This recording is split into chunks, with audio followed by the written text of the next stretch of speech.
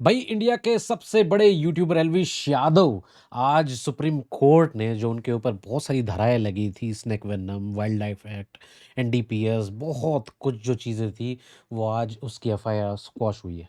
तो क्या clean chit मिली है या फिर एलविश यादव की जीत हुई है या फिर नहीं हुई है? कोर्ट ने क्या कहा है, ये वीडियो के एंड में आपको समझ में आ जाएगा पूरा का पूरा। चलिए शुरुआत से शुरू करते हैं। 2023-24 हमने भी ये वीडियोस बहुत सारे कवर कर रखे थे एल्विश के। क्या हुआ था? तो भाई एक एनजीओ था पर्सनल, वहाँ पे कोई गौरव करके उनके नाम से एक एफआईआर करवाई गई और एनडीपीएस एक्ट डलवाई गई, वाइल्ड लाइफ एक्ट डलवाई गई और कुछ जनरल जो धाराएँ लगती थी वो सब कुछ लगवाई गई। ये था पूरा का पूरा केस। सुप्रीम कोर्ट ने साफ-साफ शब्दों में बोल दिया कि भई हम पूरा केस जो है वो देख नहीं रहे, हम सिर्फ़ 2 पहलू के ऊपर इस केस को पूरा का पूरा स्टडी कर रहे हैं, देख रहे हैं कि भई तो एक तो है एनडीपीएस की धाराएँ, क्या ये धाराएँ इस केस के अंदर वाजिद है, लीगल है, सही है?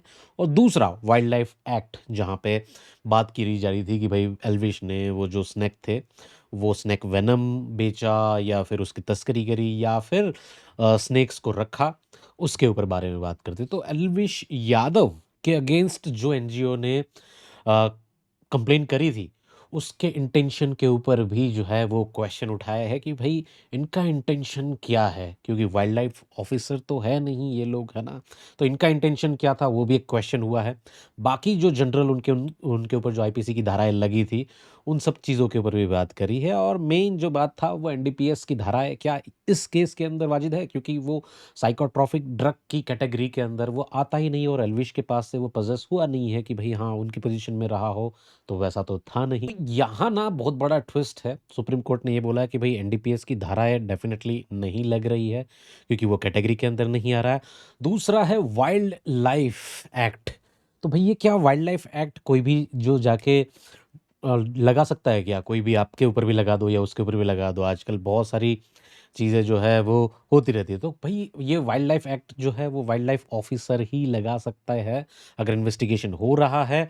तो यहाँ पे एफआईआर तो जो है वो स्क्वॉश करी गई है। तो एक क्लीन चिट दी गई है या नहीं गई है? देखो भई इस चीज़ के अंदर ना बहुत बड़ी एक बात आती है कि क्या सुप्रीम कोर्ट ने क्लीन चिट दे दी है या एलवी यादव की जीत हो चुकी है? तो इसमें बहुत ट्रिकी है।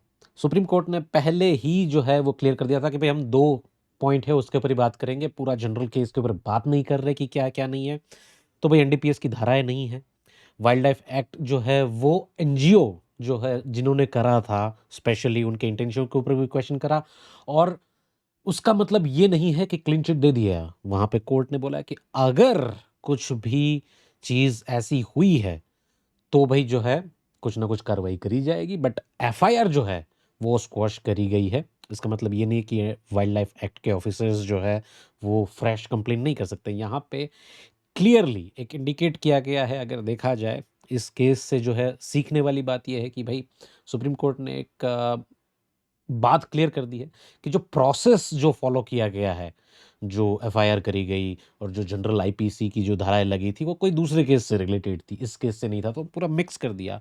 पुराना केस, एनडीपीएस की क्लेरिकल मिस्टेक और बहुत सारी चीज़, एफआईआर स्क्वॉश हो चुकी है। अगर बात करी जाए तो क्लीन चिट की, तो डेफ़िनिटली मेरे हिसाब से जो है, ये क्लीन चिट एल्विश को फ़ेज़ 1 में मिल चुकी है कि ये तो साबित हो चुका है कि गलत तरीके से करी गई थी। उसका मतलब ये नहीं है कि पोज़ीशन वाली जो चीज़ थी कि भई वो जो स्नेक रखने वाली वो जो चीज़ थी उसके ऊपर कार्रवाई ना हो। कुछ भी हो सकता है, कोई भी चीज़ें जो है वो वापस उठ सकती है वाइल्ड लाइफ प्रोटेक्शन एक्ट के तहत। रियल लोग भी जो जो एक्चुअल में जो ये सब कुछ चीज़ें सँभालते हैं, वो लोग भी बात कर सकते हैं इसके ऊपर। बट डेफ़िनिटली एक फर्स्ट फ़ेज़ की तो जीत जो है वो एल्विश यादव की हुई है। सत्य हमेशा परेशान हो सकता है बट पराजित नहीं, और ये आज कहीं न कहीं एल्विश यादव के केस के अंदर हमें पता चलता है कैसे मीडिया वालों ने मतलब एकदम वल्चर की तरह हर एक चीज़ जो है वो बोल दिया था कि भाई हाँ, वो तो बेचता है, वो तो ये करता है, उसने तो जेल में सबूत जो है दे दिया, कबूल कर लिया और उनके माँ-बाप को कैसे स्टूडियो में रुलाया था। हम सब ने देखा है। ऐसे ही 167th नंबर पे इंडियन मीडिया ने, या आप लोगों का क्या कहना है? एल्विश यादव निर्दोष है या दोषी? मेरे हिसाब से तो मुझे तो इसमें कोई भी उसका कोई रोल दिखाई नहीं दे रहा। कमेंट में मुझे बिल्कुल बताइएगा।